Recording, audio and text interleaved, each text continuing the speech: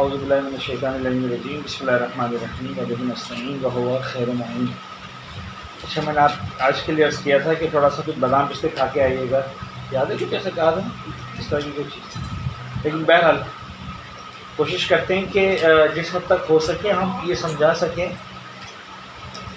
ये बातें जो हम आज करेंगे ये आम तौर पर हौज़े के तुल्लाब जो वहाँ पर इल्म हासिल करते हैं, इन बारीकियों को वो लोग सीख पाते हैं, मेहनत कर पाते हैं, इसलिए कि अच्छा खासा टाइम लगाना पड़ता है।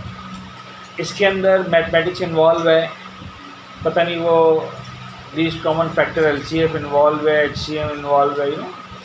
जिनको मैथ्स आती है वो शायद निस्बतन ईजीली समझ सकें, but still I will try कि आप बेहतर से बेहतर अंदाज में इसको समझ पाएँ।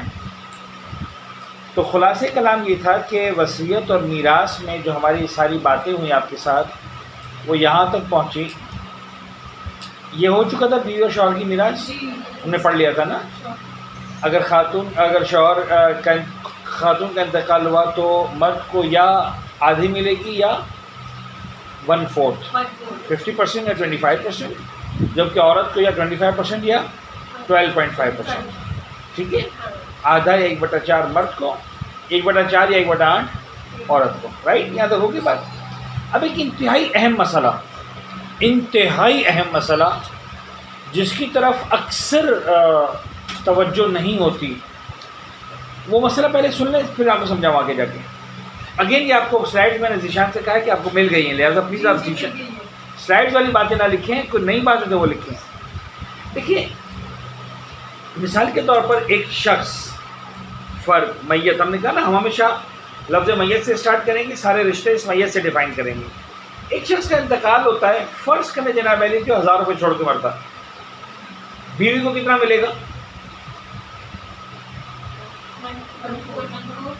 चले मैं एक मिसाल आसान सी बनाऊँ, 8000 रुपये छोड़ के मरा तो कितना मिलेगा बीवी को? 1/4, 2000। अगर औलाद ना हुई तो, और हुई तो 1/8 है ना, 1000 रुपये मिलेंगे। तो 8000 के या तो 2000 मिलेंगे, 1/4 हो जाएगा, या 1/8 करेंगे तो 1000 मिल जाएंगे। क्लियर यहाँ तक? लेकिन होता ये है कि औरत को एक्चुअली इस पूरे 8000 का 1/4 नहीं मिलता।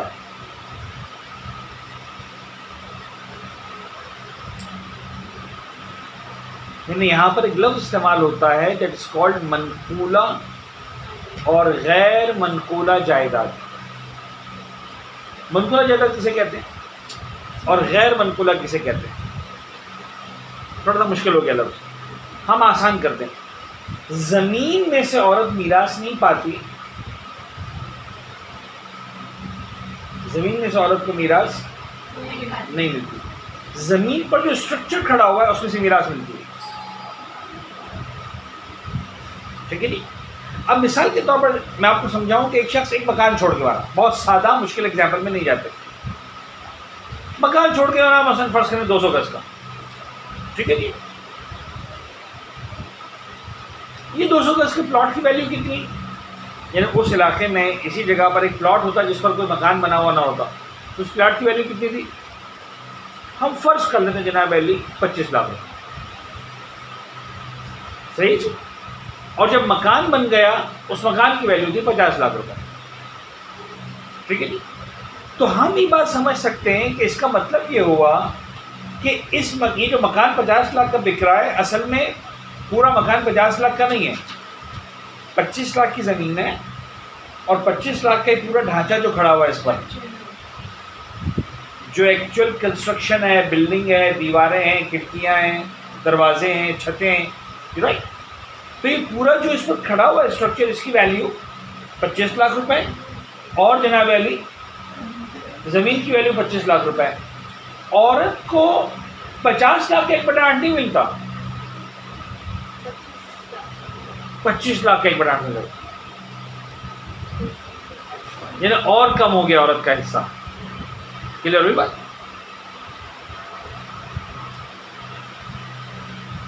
बात समझ में आ रही? औरत को ज़मीन जो है वो गैर मनकूला है, ज़मीन से नहीं मिलता कुछ भी, मकान में से मिलेगा, ठीक है नहीं। तो इस मकान की कीमत का अंदाज़ा लगाया जाएगा मतलब 25 लाख रुपए। इसका 1/8 कितना बनता है, 1/4 कितना बनता है, वो उसको मिल जाएगा और उसे कहा जाएगा कि ये तुम्हारा हिस्सा तुमको मिल गया। क्लियर बात। अब अगेन मैं यहाँ पर एक छोटा सा क्वेश्चन और उसका आंसर कर दूँ, क्योंकि और ऑडियंस को सुनते हैं इसको, कि एक बार फिर यहाँ पर महसूस हो रहा है कि औरत के साथ नाइंसाफ़ी हो रही है, ठीक है नहीं, बहुत क्लियर महसूस हो रहा है। इसका जवाब अगेन ये है, यानी इसके लिए यूँ समझ लीजिए कि किसी एक फर्द, एक औरत, एक ख़ानदान की हम बात नहीं कर रहे हैं, हम इस्लामिक सिस्टम की बात कर रहे हैं। उस इस्लामी तहजीब के एतबार से इस्लाम औरत के लिए पसंद करता ही नहीं है कि वो तन्हा रहे। इस्लाम उस औरत को रिकमेंड करता है कि तुम किसी से शादी करो। आज तक तुम्हारी किफ़ालत फलां इंसान की ज़िम्मे थी, वो गया तो तुम्हें खालिया छोड़कर नहीं जा रहा। मसलन फ़र्ज़ कर लें वो अगर 8,000 रुपये छोड़ के जा रहा है तो तुम 1,000 दे के जा रहे हैं, 8 करोड़ छोड़ के जा रहा है तो 1 करोड़ छोड़ दे के जा रहा है। बट स्टिल इस्लाम तुमसे कह रहा है कि आज के बाद तुम्हारी किफ़ालत किसी और की जिम्मेदारी, तुम किसी और से शादी करो। क्लियर हो रही बात। अच्छा, अब यहाँ पर आने के बाद एक ऐसा मौजूद छिड़ता है कि जो आम तौर पर किसी भी जगह पर ख़वातीन सुनना पसंद ही नहीं करती, यानी इसके बारे में बात ही करना नहीं पसंद करती। यानी अगर हम कहते हैं कि मिसाल के तौर पर एक खातून बेवा हो रही है 40 साल की एज में, 50 साल की एज में, 55 साल की एज में, और हम कहते हैं शादी करो, आप कहते हैं किसी बातें करें वाला ना, मैं किससे शादी करूँगी? अच्छा चले मैं करने को तैयार हूँ, कौन से शादी करेगा भाई? ये सारे मामला जेन्युइन सीरियस मामलात हैं। इसका जवाब ये है कि इसके लिए बहरहाल हमें उस सोसाइटी के बनने का इंतज़ार करना पड़ेगा जहाँ एक से ज़्यादा शादियाँ बहुत आसानी के साथ कॉमन हों।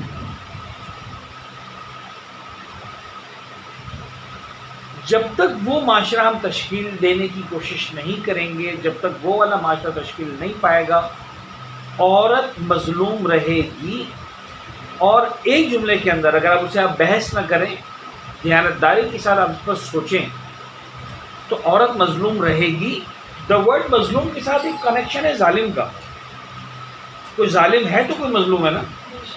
औरत मज़लूम रहेगी और उसमें जालिम भी 100% औरत ही होगी, 100%, नॉट इवन 99%। पता नहीं बात पे पहुंचा पाया कि नहीं पहुंचा पाया। यानी अब तो ये बातें हम उम्र के हिस्से में पहुंच चुके हैं कि हमारे लिए बहुत सारी बातें बहुत क्लियर हैं। यानी ऐसा नहीं है कि औरत फितरी तौर पर किसी मर्द की दूसरी बीवी बनना पसंद नहीं करती। यानी कोई भी एक बार शादी करता है दूसरी औरत से, तो औरत को पता होता है कि मैं दूसरी बीवी बन के जा रही हूँ, तो दूसरी बीवी बनने में औरत को प्रॉब्लम नहीं है, पहली बीवी को प्रॉब्लम है। इसका ताल्लुक औरत से नहीं है, इसका ताल्लुक मर्द से नहीं, इसका ताल्लुक पहली बीवी से। तो अगर बहुत ज़्यादा आसान अल्फाज में हम बात करें तो जालिम पहली बीवी रहेगी। और मुझे मालूम है कि इस वक्त मैं इस डिबेट में भी नहीं पढ़ना चाह रहा, और लेकिन बहरहाल दूसरी बात, इसका एक बहुत अहम पहलू और भी है कि फिर मिसाल के तौर पर मर्द कहता है कि नहीं भाई मैं पसंद नहीं कर सकता कि मेरे बाद मेरी औरत मसलन दरबदर हो जाए, वो को शादी। अच्छा, हमारे सिस्टम जो एक प्रैक्टिकल है कि भाई वो दरबदर हो जाएगी ऐसा वैसा, तो ठीक है भाई तुम ज़िंदगी में उसको मकान दे दो, वो मर गई तो तुम दरबदर हो जाओगे, याद रखना। और या इस तरह से बंटवारा कर लो कि बहरहाल ना कुल्ली तौर पर वो दरबदर हो, ना कुल्ली तौर पर तुम दरबदर हो। तुम डिसाइड कर लो कि भाई चाहे 80 गज का है, चाहे 120 गज का है, चाहे 200 गज का है, चाहे 400 गज का है, आधा इसका है आधा मेरा। कि अगर वो मर गया तो आधा विरासत में चला जाएगा, मैं आधा तो मालिक हूँ। मैं मर गया तो आधा विरासत में चला जाएगा, आधी की मालिक तो है, राइट। अगर वो सोल्यूशन करना है, लेकिन एक तीसरा इंतहाई अहम सोल्यूशन, आमतौर पर 90% केसेस में, 95% केसेस में मियाँ बीवी साहिबाने औलाद होते हैं, ऐसा ही जो अगर वो वाले सोल्यूशन को नहीं मानते हैं, second marriage, third marriage, fourth marriage, अगर उस सोल्यूशन को नहीं मानते तो फिर मर्द की जिम्मेदारी बनती है, औरत की जिम्मेदारी बनती है कि वो अपने बच्चों की इस तरह से तरबियत करें कि अगर खुदा न खास्ता बाप का इंतकाल होता है, मर्द का इंतकाल होता है, तो उसकी बीवी को इस मरहूम के बच्चे इज्जत दें, संभालें, दरबदर ना होने दें। वहाँ से हो रही बात। तो हर तरह के सर्कमस्टांसेस, एक इंसान देख रहा है कि मेरी औलाद कैसी है, मेरी बेटियां कैसी हैं, मेरे बेटे कैसे हैं, मेरे दामाद कैसे हैं, मेरी बहुएं कैसी हैं, ये सब चीज़ देखता है। फ़र्ज उसको शायद और तरीके से वसीयत करके जाए, और तरह से प्लानिंग करे अपने मरने की। We should plan for our death. यानी एक महीने के लिए फ़र्ज करने की आज मर गया, हो सकता है, पॉसिबल है, ये सुनो, यस है, मुमकिन है मैं इस कुर्सी से उठ के ना जाऊँ, तो क्या आज के दिन मैंने अपनी बीवी के लिए कुछ इंतजाम करके रखा है कि नहीं?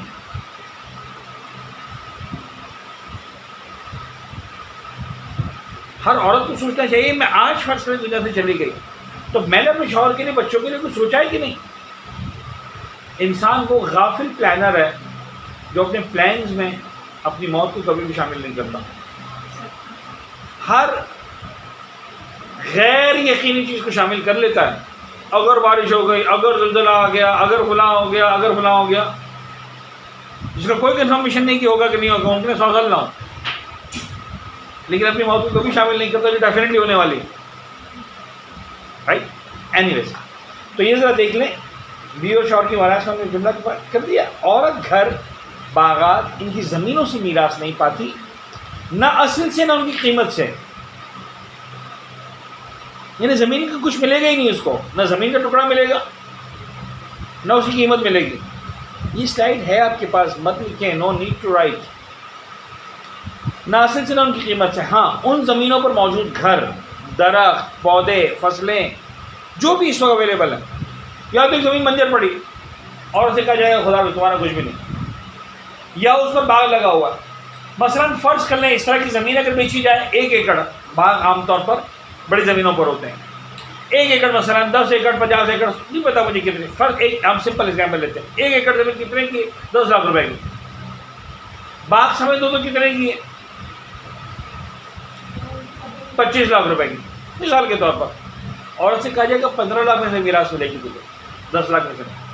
फर्स्ट बंजर पड़ी है, कीमत ही 10 लाख है, बाग बनाई नहीं किसी ने इसको, और उससे कहा जाएगा खुदा हाफ़िज़, you do not have any right in terms of क्या कहते हैं तरका, तुझे कुछ नहीं मिलने वाला। क्लियर है बात?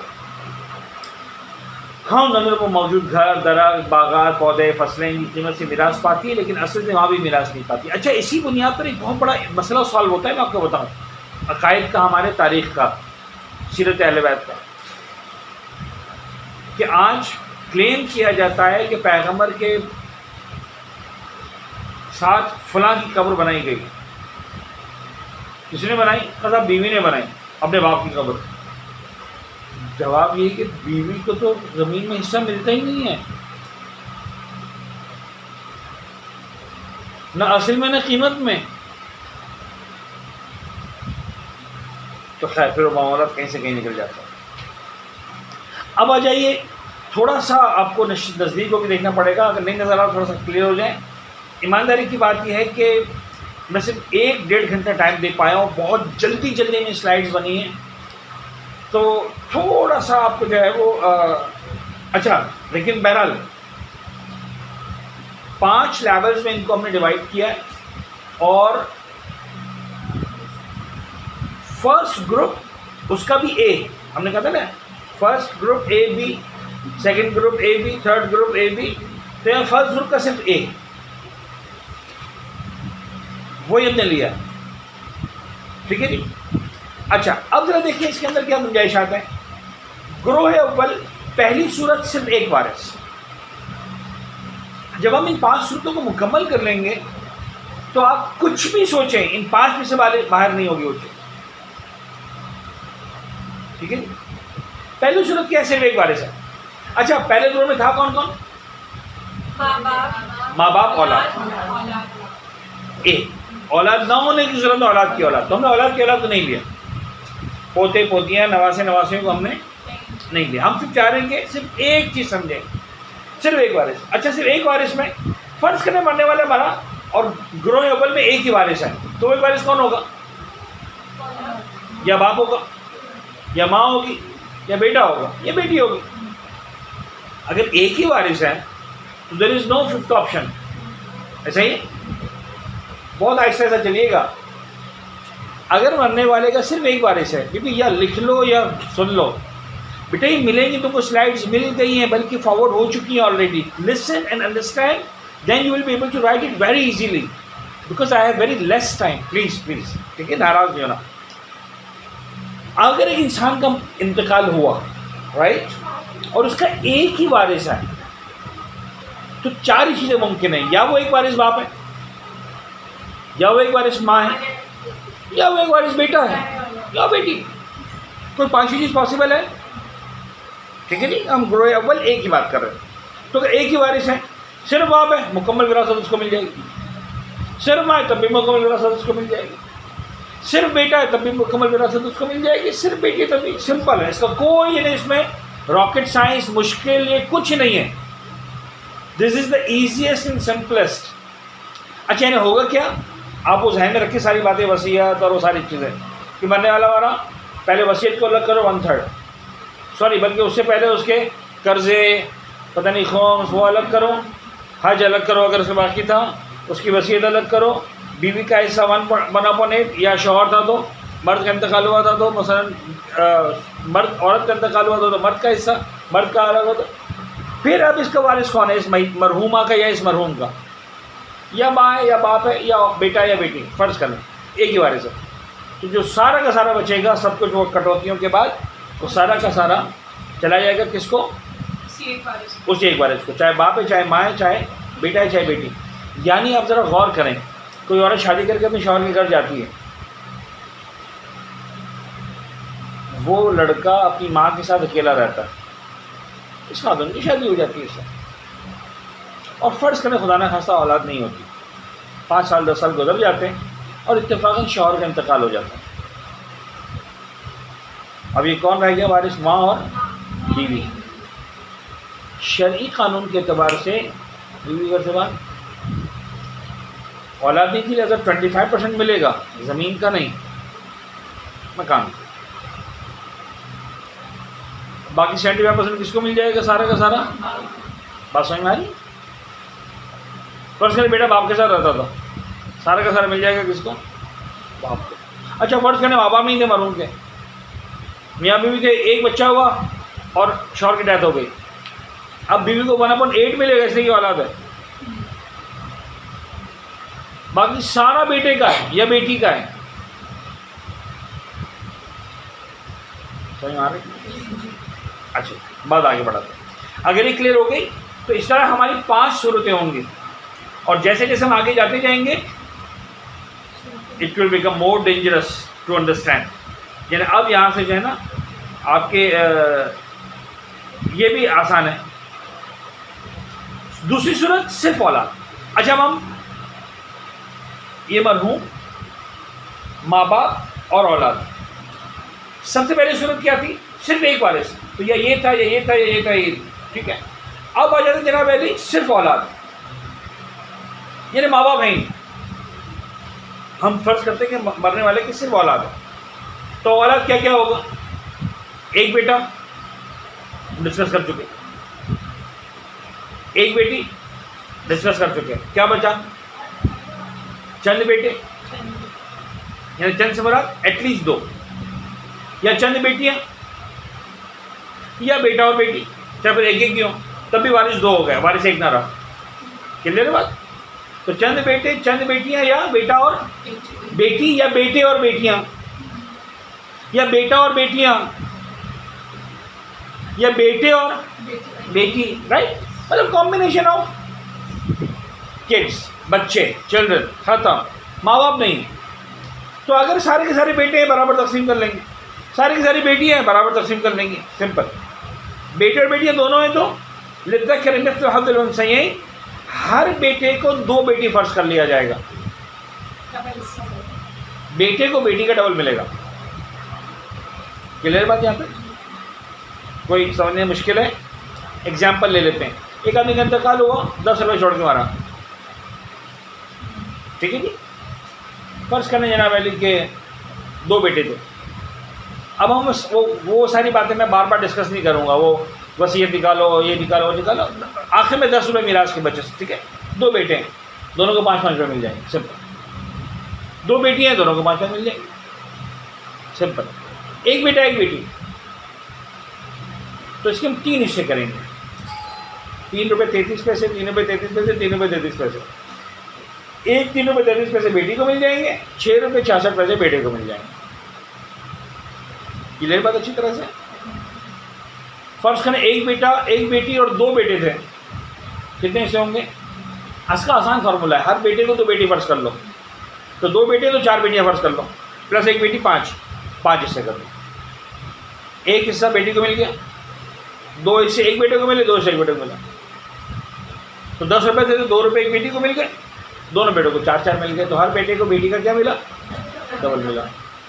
वाइस वर्सा, 2 बेटियां थी एक बेटा था, तो 2 बेटियां हो गई, इस एक बेटे को 2 बेटियां फर्ज कर लो, 4 हिस्से करेंगे, 2.5 रुपये इसको, 2.5 रुपये इसको, 5 रुपये इसको।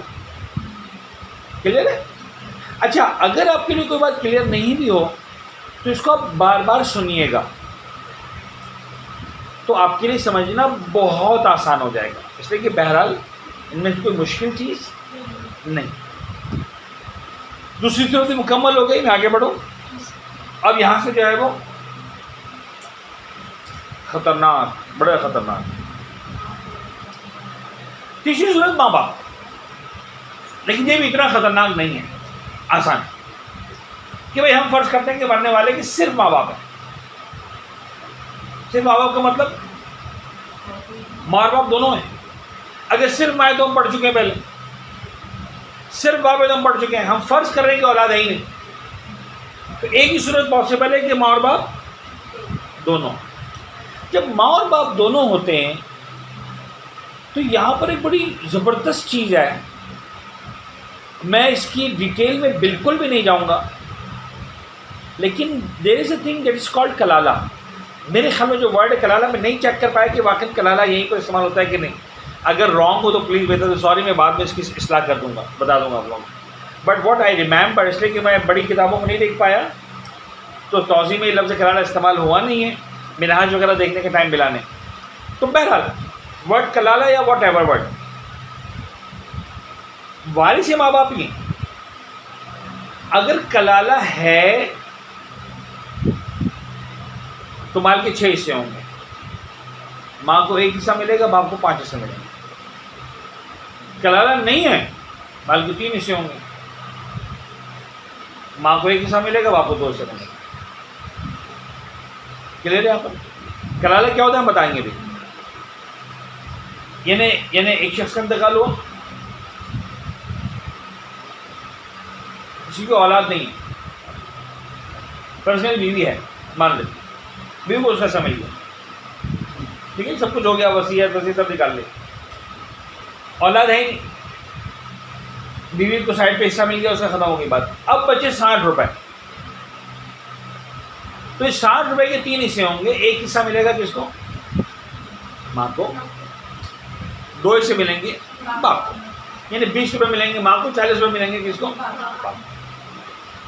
लेकिन अगर मरने वाले का कलाला हुआ तो अब माँ को 20 नहीं मिलेंगे, माँ को मिलेंगे 10, बाप को मिलेंगे 50। 6 हिस्से होंगे, एक हिस्सा माँ को मिलेगा, 5 हिस्से बाप को मिलेंगे। क्लियर होगा अच्छी तरह से? व्हाट इज इस कलाला? कलाला है मरने वाले के 2 भाई या 4 बहनें या 1 भाई और 2 बहनें।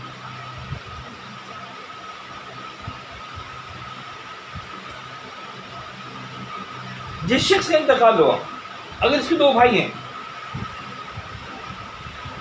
ये 4 बहनों का भाई है ये जो फौत हुआ, या 1 भाई और 2 बहनों का भाई है, तो उनको नहीं मिलेगी कुछ भी, लेकिन ये 2 भाई अपनी माँ का हिस्सा कम करवा देंगे, या वो 4 बहनों की जैसे माँ का हिस्सा कम हो जाएगा, या उस एक भाई और दो बहनों की वजह से माँ का हिस्सा कम हो जाए। शायद इसका रीज़न नहीं समझ में आता है कि बाप को चूँकि पालना है, शादियाँ करनी है, तालीम है, पता नहीं क्या क्या क्या जो भी, कि भाई अगर ये है तो फिर इसका हिस्सा जो है ना माँ को 1/6 दो, क्योंकि माँ तो ऑलरेडी बाप की किफ़ायत में है ही ना, मीरास के एतबार से इसको 1/6 मिलेगा। हाँ, अगर दो भाई नहीं, एक भाई है, एक भाई और एक बहन है, कलाला पूरा नहीं, तो फिर माँ को 1/3 मिलेगा और बाप को, मरने वाले के बाप को 2/3। क्लियर है? यहाँ तक आप में से हर एक के लिए क्लियर है? कोई मुश्किल समझने में, डाइजेस्ट करने में? मुझे नहीं पता था इतना फास्ट आप लोग जा सकते हैं। आई वाज थिंकिंग के बहुत मुश्किल होगी, लेकिन बहरहाल लिखा हुआ पढ़ने में आ रहा है, क्लियर है? तो एक बार फिर देख लें। तीसरी सूरत सिर्फ माँ बाप, यानी माँ और बाप। सिर्फ माँ को यहाँ पर क्यों नहीं पढ़ रहे? इसलिए कि पहली सूरत में पढ़ चुके हैं। सिर्फ बाप को क्यों नहीं पढ़ रहे? इसलिए कि पहले सूरत में पढ़ चुके हैं। अच्छा, माँ और बाप से औलाद को क्यों नहीं पढ़ रहे? इसलिए कि आगे आने वाली है। इस वक्त हम सिर्फ क्या कर रहे हैं? पहली सूरत में सिर्फ माँ, सिर्फ बाप, सिर्फ बेटा, सिर्फ बेटी पढ़ लिया। दूसरी सूरत में सिर्फ औलाद, चंद भाई, चंद बेटे, चंद बेटियाँ या बेटे और बेटियाँ, उनको पढ़ लिया। माँ बाप में चंद माएँ, किसी भी इंसान की चंद माएँ नहीं होती, एक ही माँ होती, एक ही बाप होता। तो माँ और बाप, तो माँ और बाप को जना सिर्फ माँ को सारा सारा मिल जाएगा, सिर्फ बाप है तो सारा सारा बाप को मिल जाएगा। लेकिन अगर माँ और बाप दोनों हैं तो माँ को 1/3 मिलेगा, बाप को 2/3 मिलेगा। लेकिन अगर कलाला है तो कलाला की वजह से कलाला को तो कुछ नहीं मिलने वाला, लेकिन माँ का हिस्सा इस कलाला की वजह से कम हो जाएगा। क्लियर हो गई बात? फिर अब माँ को मिलेगा 1/6 और बाप को मिलेगा 5/6। आप लोग रियली खुश नसीब हैं। अपने लिए एक सलवार पढ़ें आप लोग।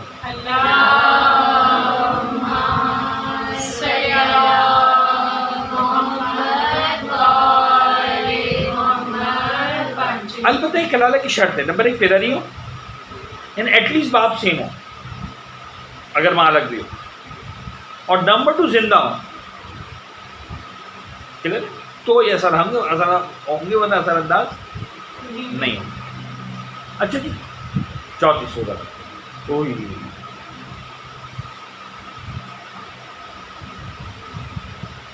ये थोड़ा सा मुश्किल है, बहुत आहिस्ता आहिस्ता चलेंगे, हमारे पास टाइम बहुत है, हमारे पास तकरीबन 1.5 घंटा है, तो हम बहुत आराम से इसको पढ़ पाएंगे।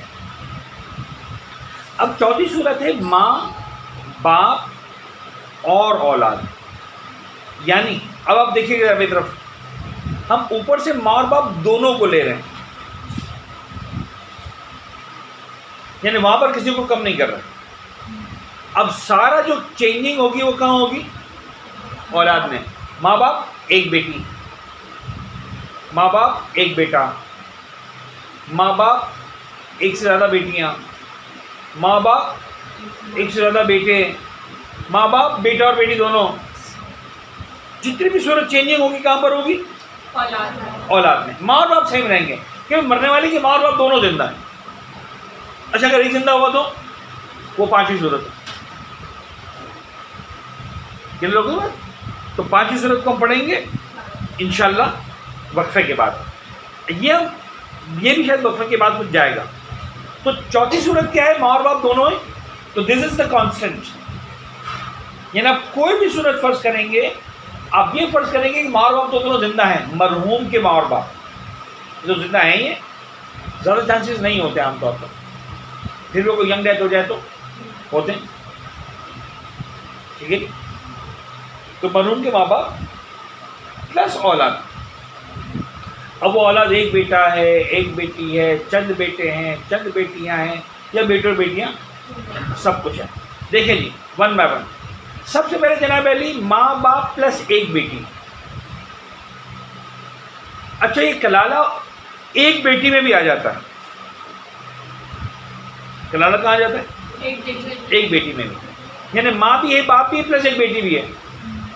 कलाला नहीं, फर्ज करें कलाला नहीं, यानी एक इंसान का इंतकाल हो, इसके 2 भाई या 4 बहनें नहीं, इसका इंतकाल हुआ, इसके माँ बाप है और एक बेटी है। आसान है?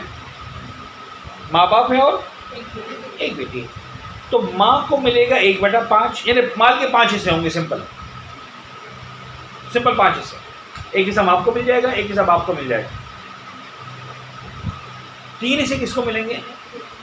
बेटी को मिलेंगे। मैंने 10 रुपये छोड़ के गया, 2 रुपये माँ को मिल जाएंगे, 2 रुपये बाप को मिल जाएंगे, 6 रुपये बेटी को, एक बेटी।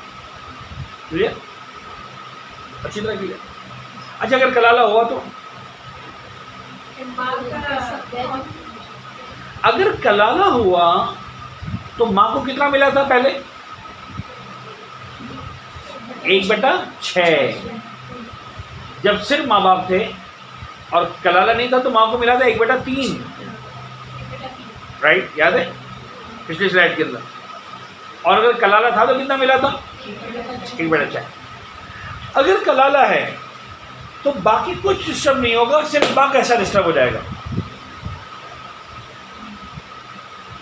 यानी माँ को मिल जाएगा 1/6 बजाय 1/5 के, बाप को वही 1/5 मिलेगा, बेटी को वही 3/5 मिलेगा, लेकिन बाप को मिलेगा कितना? सॉरी, माँ को मिलेगा कितना? 1/6। अब हम एग्जाम्पल लेते हैं, थोड़ा सा आसान अल्फाज में एग्जाम्पल लेते हैं। फर्ज कर लें मरने वाला 60 रुपीज़ छोड़ के मारा। कितने? 60। तीसरी सूरत में आ जाए, अगर कलाला नहीं था तो माँ को कितना मिलना था? 20 रुपये, 1/3, और बाप को 40। ऐसा ही था, आसान है। और अगर कलाला था तो माँ को मिलने थे 10 रुपये, बाप को मिलने थे 50 रुपये। क्लियर? अब इसी सूरत हाल में बेटी भी आ गई। जब बेटी आ गई तो 60 रुपये के कितने हिस्से होंगे? 5 हिस्से। कलाला नहीं है, कलाला नहीं, कितने हिस्से होंगे? 5 हिस्से। 5 हिस्से करें, एक हिस्से में कितना आएंगे? 60 को डिवाइड करें, 5 हिस्से करें। हेलो,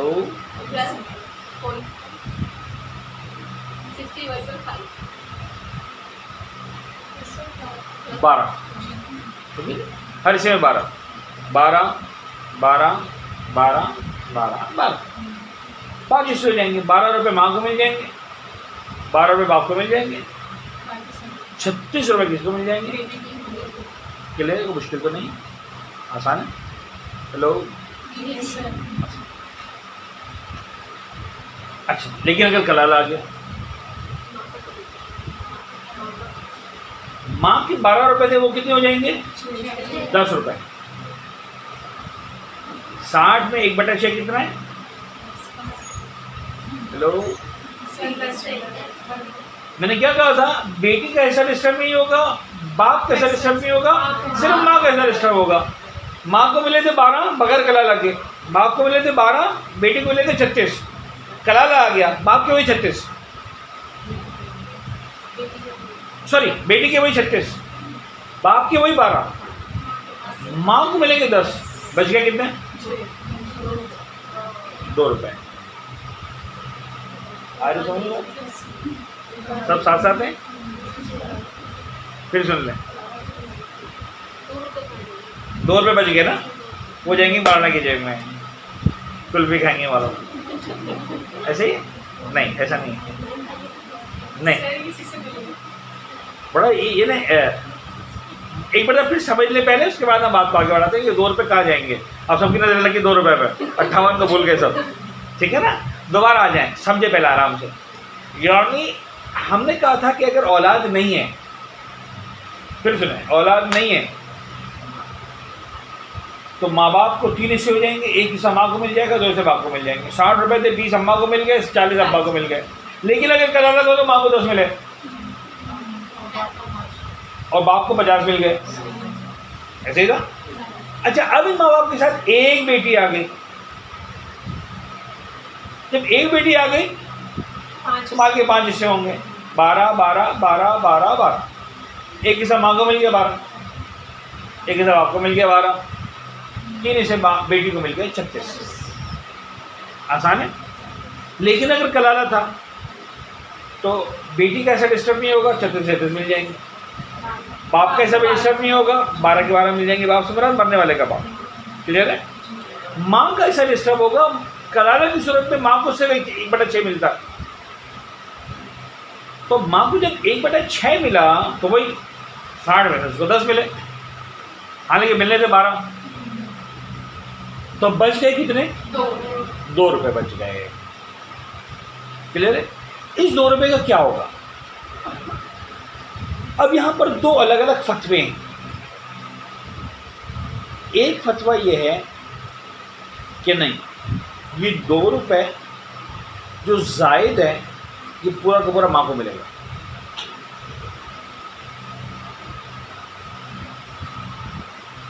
यानी यूं समझे कि पहले कलाला ने कटौती करवाई, लेकिन बाद में एक दूसरा रूल आया कि जो बच गया वो किसको दो? माँ को। दूसरा फतवा उलमा का ये कि नहीं, ये माँ से कट गया। जब माँ से कट गया तो ये उसी रेशो से बाकी 2 वारिसों में तकसीम हो जाएगा। बाकी 2 वारिस कौन थे? मरने वाले का बाप और मरने वाले की बेटी। क्लियर है। उनको किस रेशो से मिला था, आपको अंदाजा है कुछ? आहिस्ता आहिस्ता। बाप को कितने मिले थे? 12। बेटी को कितने मिले थे? कितने हो गए टोटल?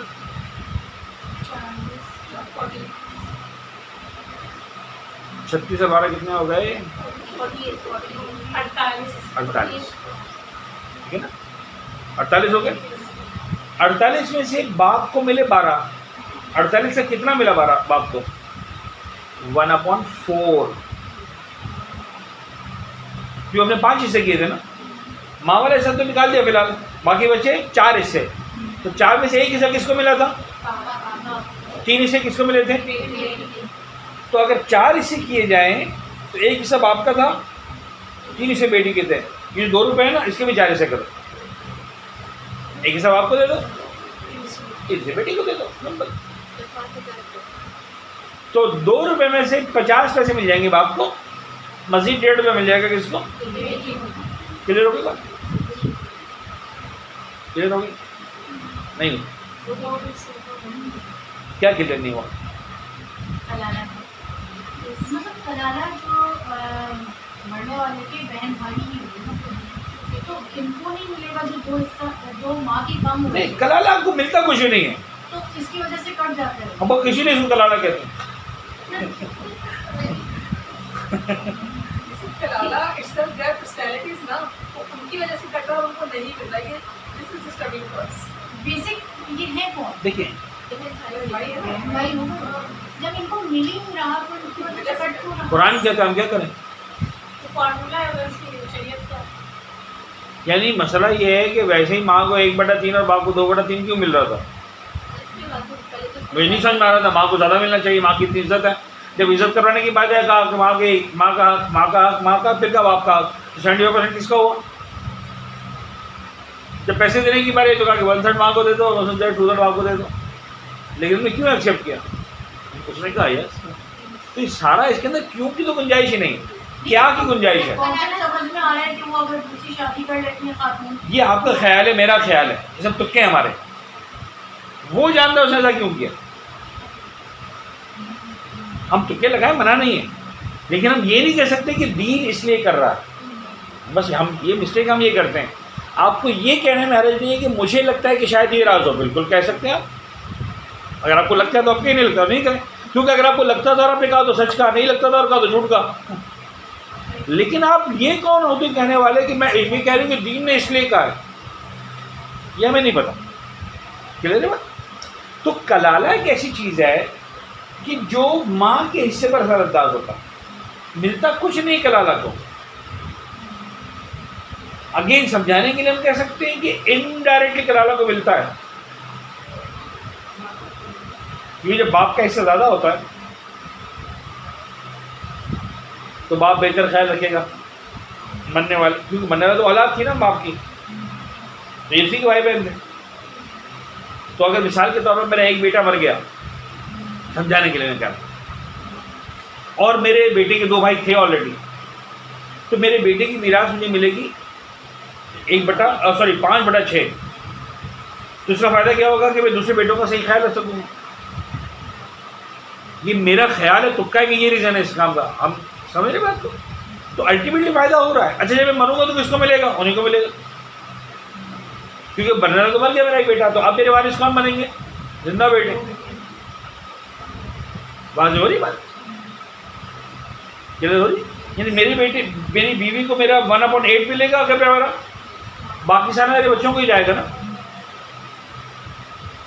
क्लियर हो रही बात? तो वो क्या रीज़न है वो खुदा बेहतर जानता। डायरेक्ट कलाला को कुछ नहीं मिलता, लेकिन वो क्या करते हैं, अपनी माँ के हिस्से पर असरअंदाज होते हैं। तो सिंपल कोई औलाद वगैरह नहीं थी और कलाला भी नहीं था, तो माँ को 1/3 मिला, बाप को 2/3 मिला। लेकिन अगर कलाला था तो माँ को 1/6 मिला। जब इनके साथ एक बेटी भी आ गई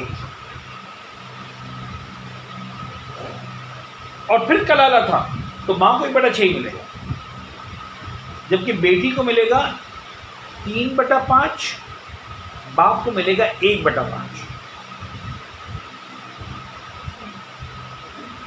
कलाला नहीं था, चले पहले गिलने, मरने वाला मर गया, माँ है, बाप है और एक बेटी है।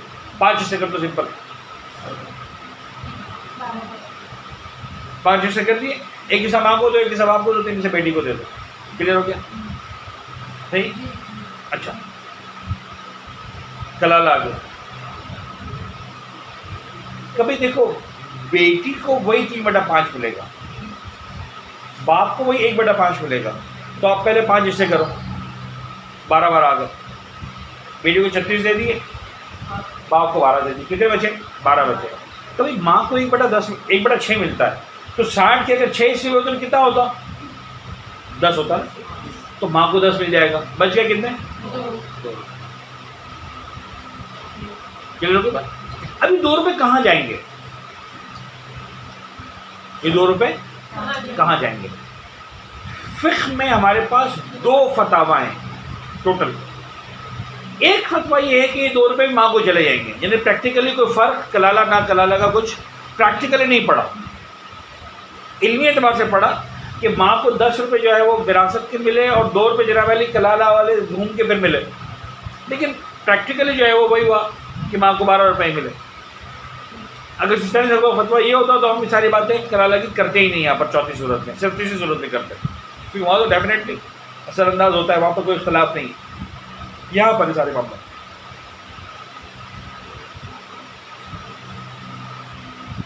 तो एक फतवा ये है कि वो 2 रुपये माँ को दे दो, तो बात बिल्कुल ख़त्म हो गई, कोई मसला हो गई। एक फतवा ये है कि नहीं, ये हिस्सा अब जो 2 रुपये बच गए, तो टोटल वारिस कितने थे? एक माँ थी, एक बाप था और एक बेटी थी। माँ को तो साइड पे कर दिया आपने 10 रुपये देंगे, अभी 2 रुपये बच गए, तो सर ये 2 रुपये इन दोनों में तकसीम कर दो और उसी एतबार से तकसीम करो जिस एतबार से इनको पैसे मिले। तो बाप को कितने मिले? 12। बेटी को कितने मिले? 36। ये 4 हिस्से थे ना, 5वां हिस्सा तो माँ का था जिसमें से हमने 2 रुपये बचा लिए, वरना उसूल में 4 हिस्से थे, 12, 12, 12, 12। तो 12 में से एक हिस्सा बाप को मिला, 3 हिस्से बेटी को मिले। तो 4 हिस्सों में से एक हिस्सा बाप का था और 3 हिस्से बेटी के थे। इस 2 रुपये के जो बच गए ना, इसके भी 4 हिस्से करो। 2 रुपये बाप को दे दो, सॉरी 8 आने बाप को दे दो, और 1.5 रुपया क्या करो? बेटी को दो। ये 2 फतवा हैं। आका सिस्तानी का फतवा कौन सा है? जवाब ही कोई सा भी। And this is the most difficult part of this problem. Agha Sistani न फतवा नंबर 1 को फतवा दे पा रहे हैं, न फतवा नंबर 2 का। तो वो कहते हैं एहतियात करो, आपस में मुसालियत करवाओ। अब वो मुसालियत कैसे होगी? वो आप भी चाय पिए, मुझे नहीं पता आपको चाय मिलती कि नहीं मिलती, कम से कम मैं चाय पी गया हूँ ताकि मैं आपको समझा सकूँ। एक सलवार पढ़े मोहम्मद वाले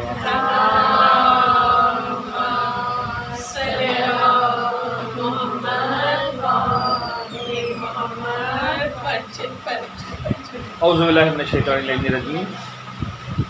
बिस्मिल्लाहिर्रहमानिर्रहीम व बिही नस्तईन। अच्छा जनाब, कुछ बातें हमने आपके साथ की, कुछ ऐसा लग रहा है कि समझ में आ रहा है, जहन में बैठ रहा है। ये मुश्किल तरीन पार्ट है, मैं इस मुश्किल तरीन पार्ट को आखिर के लिए रख देता हूँ क्योंकि बाकी सब आसान है उसके बाद। तो पहले हम समझ लें आसान वाले पार्ट को, फिर अगर वक्त बचा तो उस मुश्किल पार्ट को देखेंगे, इसलिए कि तो बहुत ज़्यादा प्रैक्टिकल नहीं है वो हम देख लेते हैं प्रैक्टिकल है। तो फ़िलहाल आप यूँ समझ लीजिए जनाब अली कि चौथी सूरत है जहाँ माँ बाप और औलाद क्या कहते हैं वारिस हैं। तो माँ बाप तो हैं ही, अगर एक बेटी है तो आप फ़र्ज़ कर लें कि जनाब अली कलाला नहीं है तो बात आसान हो जाएगी, या कलाला की कहानी नहीं तो 5 हिस्से हो जाएंगे, एक हिस्सा माँ को, एक हिस्सा अब्बा को, 3 हिस्से बेटी है। अगर एक बेटी, और अगर माँ है प्लस बाप है प्लस बेटियाँ हैं, एक बेटी तो भी 5 हिस्से, बेटियाँ हैं तो फिर 6 हिस्से हो जाएंगे, एक हिस्सा माँ को, एक हिस्सा बाप को, बाकी सारे से बेटियों को बराबर। Is that clear? तो अगर सिर्फ एक बेटी है तो ही 5 हिस्सों की कहानी है और फिर वो कलाला वाली कहानी आती। मतलब अगर एक से ज़्यादा बेटियां हैं तो फिर कलाला हो ना हो फ़र्क नहीं पड़ता, वैसे 6 हिस्से होने। तो कलाला होता भी था तो 6 हिस्से, एक बेटा 6 मिलता था माँ को, तो वैसे ही 6 हिस्से होते, एक हिस्सा बाप को मिलेगा, एक हिस्सा बाप को मिलेगा। मैंने 60 रुपये छोड़ के गया, 10 रुपये अम्मा के, 10 रुपये अब्बा के, 40 रुपये बेटियाँ आपस में बांट लेंगी। 2 बेटियाँ हैं 40-40, 3 बेटियाँ हैं, सॉरी 2 बेटियाँ हैं 20-20, 3 बेटियाँ हैं मसलन उसी हिसाब से, 4 बेटियाँ हैं 10-10, 6 बेटियाँ हैं मसलन फर्ज कर लें, जो भी 40 बराबर तकसीम हो जाएगा। अम्मा अब्बा का 10-10 रुपये रहेगा, ख़त्म। क्लियर है? आसान है, नो डिफिकल्टी। आगे बढ़े। माँ बाप एक बेटा या बेटे, अच्छा एक बेटे और बेटियों में फ़र्क था लिहाजा अलग किया हमने। अगर एक बेटी तो 5 हिस्से होने, एक और 3, बेटी है तो 6 हिस्से होने, एक और 4 बराबर। लेकिन अगर बेटा या बेटे हैं तो इन तमाम सूरतों में 6 हिस्से होने, एक हिस्सा माँ को, एक हिस्सा बाप को, बाकी बेटे। एक बेटा है तो 4 के 4 उसको मिल जाएंगे, 2 बेटे हैं बराबर, 3 बेटे हैं बराबर, 4 बेटे हैं बराबर, 5 बेटे बराबर, वो 1/6, सिंपल 1/6 का कानून है, कोई मसला नहीं। माँ और बाप दोनों प्लस बेटा 6 हिस्से, माँ और बाप दोनों प्लस बेटे 6 हिस्से, माँ का 1 हिस्सा, बाप का 1 हिस्सा। अगर 1 है तो 4 के 4 हिस्से बेटे के, 2 है तो बराबर, 3 है तो बराबर, 4 है तो बराबर, 5 है तो बराबर, व्हाटएवर। क्लियर है? आखिरी चीज़ बच जाती है माँ और बाप, ये तो दोनों ही हैं, बेटा और बेटी का कॉम्बिनेशन, कोई मसला नहीं, कोई 6 हिस्से, यानी कोई मुश्किल नहीं। अगर ये कलाला वाली कहानी ना होती तो यूँ समझ लीजिए कि हर सूरत में 6 हिस्से हैं, एक हिस्सा माँ का, एक हिस्सा बाप का, जो बाकी 4 हिस्से बच गए, हर बेटे को बेटी का दुगना मिलेगा। तो सर एक बेटा एक बेटी थे, 3 हिस्से हो जाएंगे, 2 बेटे 2 बेटी थे, कितने हो जाएंगे? 6 हिस्से हो जाएंगे। 2 बेटियां और 1 बेटा था, 4 हिस्से हो जाएंगे। जो हमने पहले समझाया था कि बेटे को बेटियों का दुगना मिलेगा, ख़त्म। हर बेटे को 2 बेटियां फर्ज कर लो।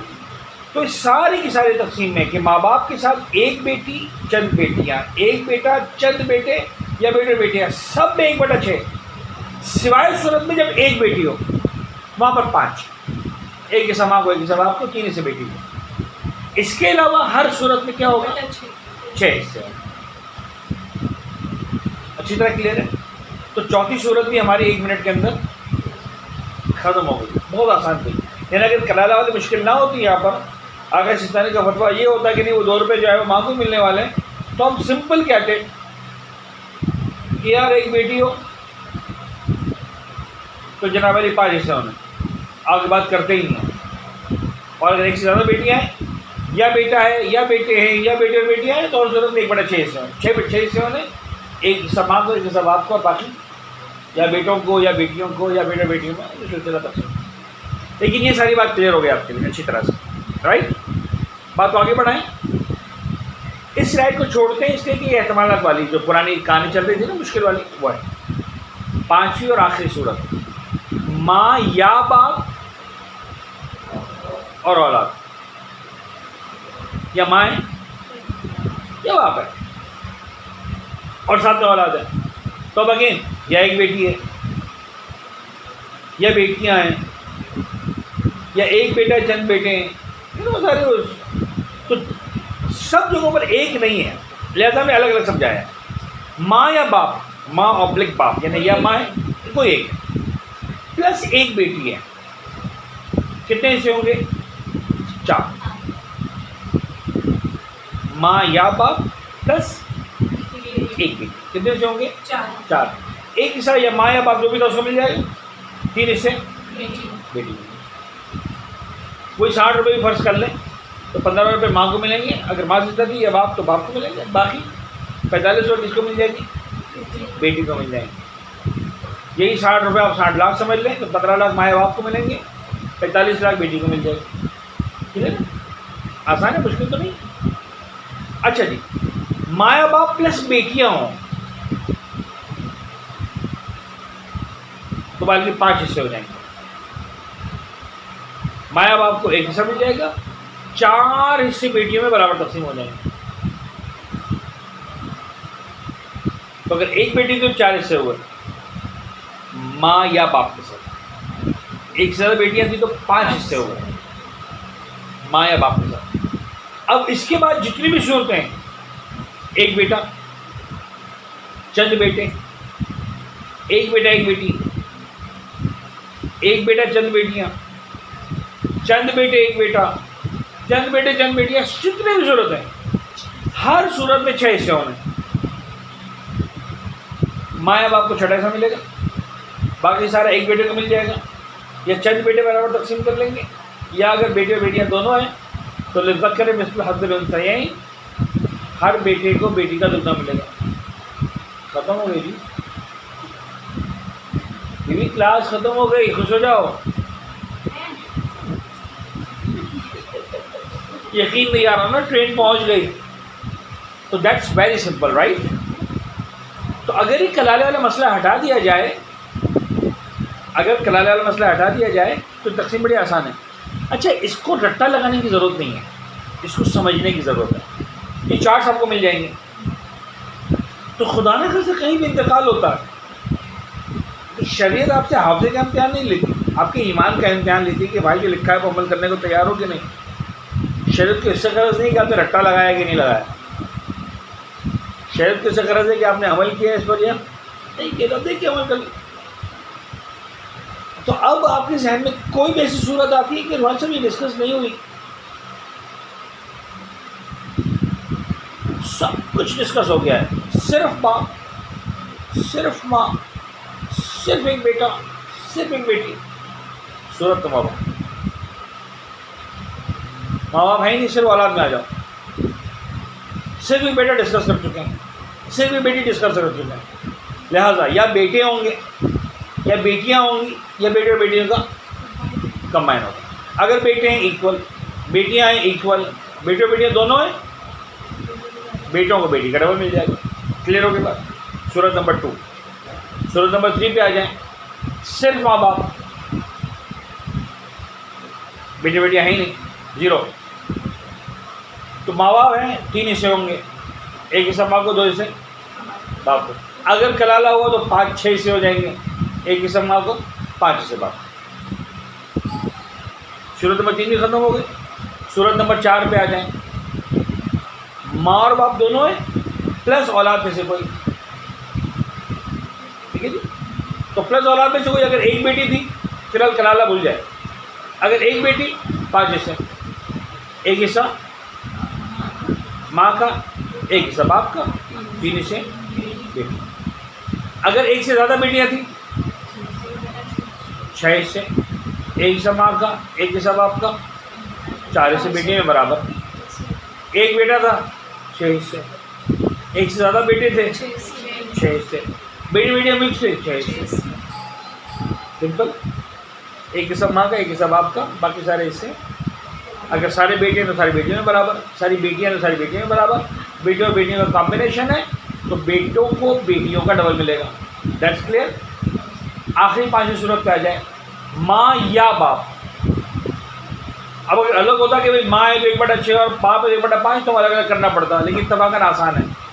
माँ या बाप को एक ही माना, तो चाहे माँ हो चाहे बाप हो, बात एक ही है। तो माँ या बाप प्लस औलाद, तो माँ या बाप के साथ अगर एक बेटी है कितने हिस्से? 4 हिस्से। एक हिस्सा माँ या बाप और बाकी 3 हिस्से बेटी।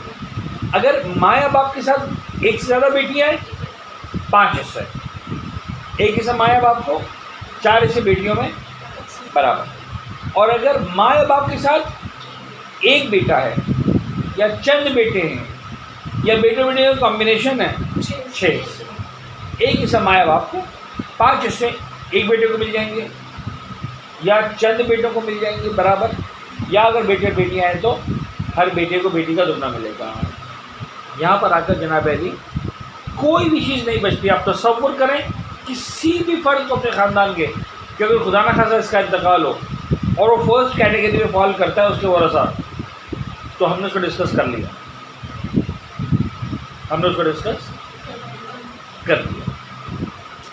हम 2 से 4 मिनट की प्रैक्टिस कर लेते हैं।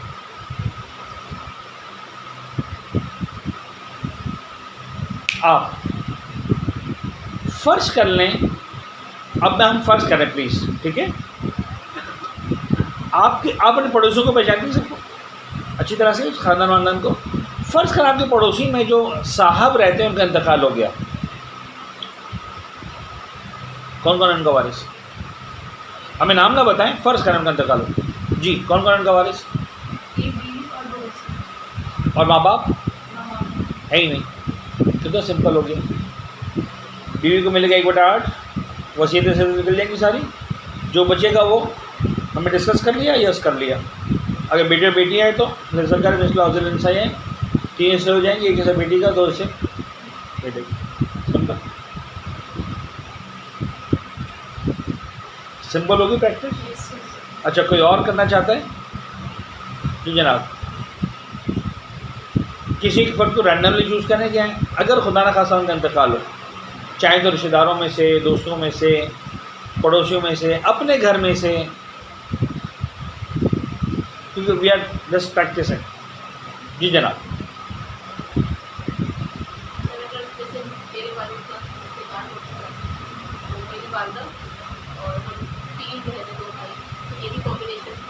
और अब जब आपके वालिद का इंतकाल हुआ तो उस वक्त आपके माँ बाप, उनके माँ बाप में से कोई जिंदा नहीं रहता था दादी में से, क्लियर हो गई बात।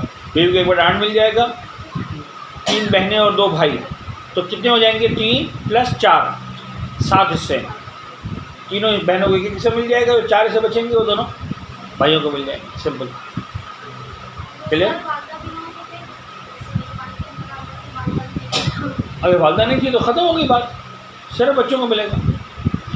बीवी का हिस्सा तो अलग था ना, अगर है तो मिलेगा, नहीं था तो नहीं मिलेगा।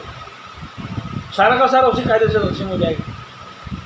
माँ बाप अगर हैं तो, यानी आपके वालिद के माँ बाप अगर हैं ठीक, नहीं तो बच्चों में अगर सारी बेटियां हैं 2 बराबर, सारे बेटे 2 बराबर, बेटे और बेटियां हैं तो हर बेटी से बेटे को दुगना मिलेगा। मियां बीवी है, औलाद नहीं है कोई भी, और ना माँ बाप है, फिर तो बहन भाई है। हाँ, तो वो फिर तौसी पढ़ें, आपको समझ में आएगा। आखिरी बहन की तरफ चला जाएगा, ऑफ कोर्स, यस। वो जो बहन भांजे भतीजे किसी को नहीं जाएगा, directly first priority yes yes, जो बहन है आप फर्स्ट में 7-8 भाई बहन थे, आखिर में 2 बहनें बची हैं। अब उन दोनों का बराबर, एक बहन का इंतकाल हुआ 2 बची में से, मिसाल के तौर पर, और इस बहन का ना शौहर है, ना बच्चे हैं, ना माँ बाप है। 6-7 भाई थे, उनके बच्चे जिंदा है, सब कुछ नहीं मिलेगा उनको। बी कैटेगरी में एक बहन जिंदा है ना, सारा का सारा बहन को मिल जाएगा। क्लियर है? तो आप देखिए, हाँ, और अगर सारे बहन भाई जिंदा हैं और औलाद नहीं है तो अगेन वो सारी भी तकसीमात हैं। यहाँ पर उसूलन वही होता है, लिज़्ज़क़र मिस्ल हज़्ज़िल उन्सयैन, कि अगर मरने वाले की औलाद भी नहीं है, माँ बाप भी नहीं है, औलाद की औलाद भी नहीं है, तो फिर भाई बहनों में जाता है, हर मर्द को हर औरत से दुगना मिलता है। लेकिन आप तौज़ीह पढ़ेंगे तो आपको अंदाज़ा हो जाएगा। मैंने जो इस तरह से चार्ट बनाए हैं, एग्जैक्टली तौज़ीह में ये लिखा हुआ है, इस अंदाज से नहीं लिखा हुआ, ये मेरा प्रेजेंटेशन का स्टाइल है। लेकिन अगर आप अब तौज़ीह पढ़ेंगे तो आपको ये सारा ऐसे लिखा हुआ नज़र आएगा। मैंने एक लफ्ज़ से बढ़ाया कम किया नहीं है। बल्कि मैं चाहूँगा, आपसे रिक्वेस्ट करूँगा कि प्लीज़ घर जाकर तौज़ुल मसाइल सिस्तानी साथ की, तो आपको समझ में आएगा कि अच्छा, यानी वो जो मेहनत होती है तौज़ी को इस स्टाइल में ट्रांसफ़र करने की, वो आपको समझ में आएगा कि क्या मेहनत हुई है, कि अगर वो था तो मसला उसको समझना कितना मुश्किल था, और ये सूरत में आ गया तो समझना कितना आसान हो गया। चीज़ वही है, बस कहते हैं ना कि कभी आप तस्वीर सामने से लेते हैं, कभी आप तस्वीर एंगल से लेते हैं। तो हमने एक ऐसे एंगल से तस्वीर ली कि ये निकल के सामने आया। That's it. आपने एक बात बताई कि औरत को गैर मंसूला नहीं मिलता, जिसकी पीस ऑफ लैंड है तो वो वाइफ को नहीं मिलेगा, लेकिन बेटियों को मिलेगा। ऑफ कोर्स बीवी को नहीं मिलता, इसका ताल्लुक औरत से नहीं है, बीवी से। लिहाजा वो जो आप कहना बेटी, अच्छा हमेशा मैंने आपसे कहा ना कि आप विरासत के अंदर मरहूम को फोकस करें। बेटी यस मिलेगा, माँ मिलेगा, बीवी नहीं मिलेगा।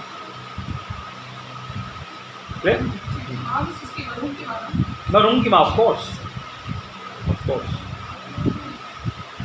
कि लोग बोलते हैं अबू कलाला वाली बात समझ लें। अच्छा वो मुश्किल है, यानी मेरे हिसाब से सिर्फ दिमागों की कलाबाजी है। ये शौक़ है जिनको वो सुन लें, जिनको शौक़ नहीं वो छोड़ दें। एक मुझे सलवार पढ़ दे ताकि मैं सुकून से समझा सकूँ, जिनको समझना है उनको समझ।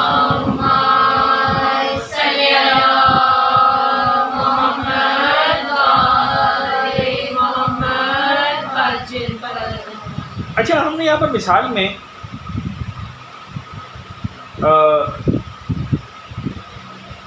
60 रुपये को 600 रुपये कर दिया, 1 ज़ीरो बढ़ा दिया है, तो क्या होगा कि वो पॉइंट तक बात नहीं जाएगी, समझना निस्बतन आसान हो जाएगा। कहानी क्या थी कि कलाला है।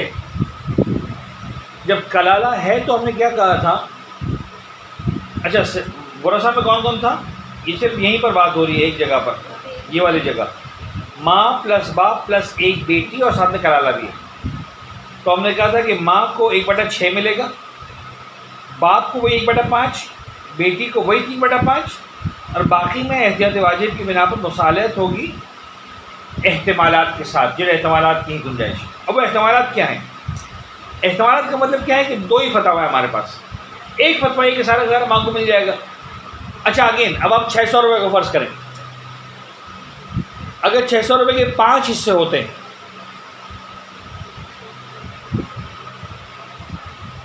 कितने कितने आते हैं हिस्से में? वही 12 को 0 बढ़ा दे, 120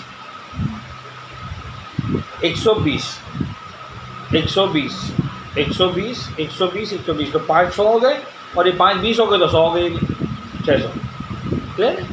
हर हिस्से में 120 आए, ठीक है। अच्छा अगर 5 हिस्से होने थे तो क्या होना था? माँ को 120, बाप को 120, 360 जो है बेटी का। कलाला था तो हमने क्या कहा, माँ को 1/6 दो, तो हमने 600 के 6 हिस्से किए, तो माँ को कितने मिले? 100। सही है। बेटी को वही मिले 360, बाप को वही मिले 120। तो ये जो 480 थे तो ऐसे तकसीम हो गए, 360 और 120। माँ की जो 120 थे उसमें 20 रुपये कट गए, ऐसा ही हो।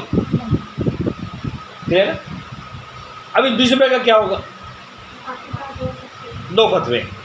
फतवा नंबर 1 सारा का सारा माँ का है, ये 20 के 20 माँ को दे दो, तो प्रैक्टिकल कोई फ़र्क हुआ ही नहीं। कलाला होने ना होने से कोई फ़र्क नहीं हुआ। अगर ये वाला फतवा मान लिया जाए तो याद होगा सिस्सा नहीं फतवा दे देते तो मामला बहुत आसानी से सॉल्व हो जाता। वही वाला सिलसिला होता है कि कलाला के साथ भी 5 हिस्से होंगे, एक हिस्सा माँ को, एक हिस्सा बाप को, 3 हिस्से बेटी को मिल जाए। सिंपल कहानी हो जाती। दूसरा फतवा है कि नहीं भाई, वो जो 20 रुपये बचे हैं, ऐसी सारी बात हो रही है उस 20 रुपये के लिए, सारा का सारा माँ का नहीं, 20 रुपये माँ के। दूसरा फतवा जो एहतमाल है वो क्या है कि नहीं भाई, बाप को 1/4 दो इस 20 का, और बेटी को 3/4 दो। इसलिए कि जब हमने 5 हिस्से किए थे, एक हिस्सा माँ का था, तो बाकी 4 हिस्से बचे थे। 4 में से 1 बाप को मिला था, 3 बेटी को मिले थे। तो ये जो 20 रुपये हैं वो उसी कायदे से तकसीम होंगे। कि एक हिस्सा बाप को दो, 3 हिस्से, तो आप 20 रुपये के 4 हिस्से करें, कितने होते हैं? 5-5 रुपये। 5 रुपये बाप को दे दो, 15 रुपये किसको दे दो? बेटी को दे दो। तो अब आप ज़रा गौर कीजिए कि अगर ये 20 रुपये बाप और बेटी को मिल गए तो 20 रुपये से माँ महरूम हो गई, और अगर ये 20 रुपये माँ को मिल गए तो बाप और बेटी महरूम हो गए। अगर सिस्तानी कहते हैं मुझे समझ में नहीं आ रहा कि ये पैसे माँ के हैं या बाप और बेटी के हैं, लिहाजा वो कह रहे हैं यार मैं फतवा नहीं दे पा रहा।